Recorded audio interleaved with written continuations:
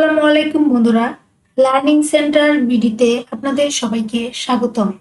Everyday vocabulary learning এই সেশনে আমি আবারও আপনাদের জন্য 10টি ভোকাবুলারি নিয়ে আসলাম।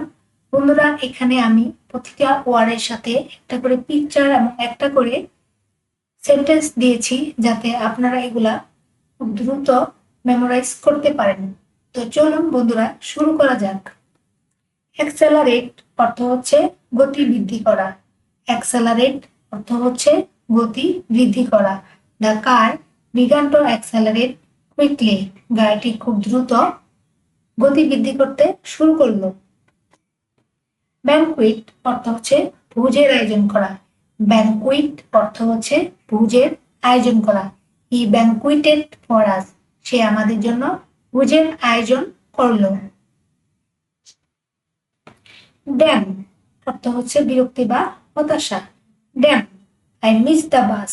না, আমি বাসটি মিস করলাম। লাক অর্থ গোপনে লুকিয়ে থাকা। লাক অর্থ হচ্ছে গোপনে লুকিয়ে থাকা। A cat was lurking behind the bush. বিড়ালটি কাটা ঝোপের পাশে লুকিয়ে ছিল। ডিফ অর্থ কানে না শোনা। ডিফ অর্থ কানে না শোনা। হি ওয়াজ বর্ন ডিফ। সে জন্মগতভাবে বধির। ব্র্যাম্বল অর্থ কাঁটাযুক্ত লতা গাছ। Walking through bramble is very difficult. কাঁটাযুক্ত লতা গাছের ভিতর দিয়ে হাঁটা খুবই কঠিন।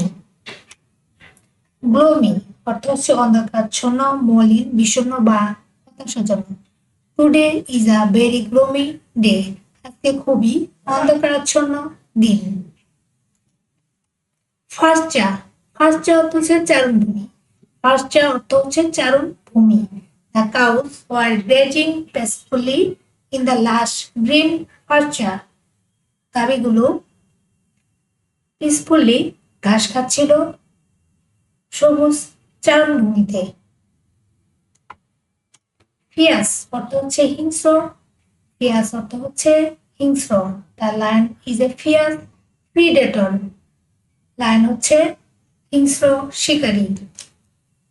অরবিট অর্থ হচ্ছে কক্ষপথ।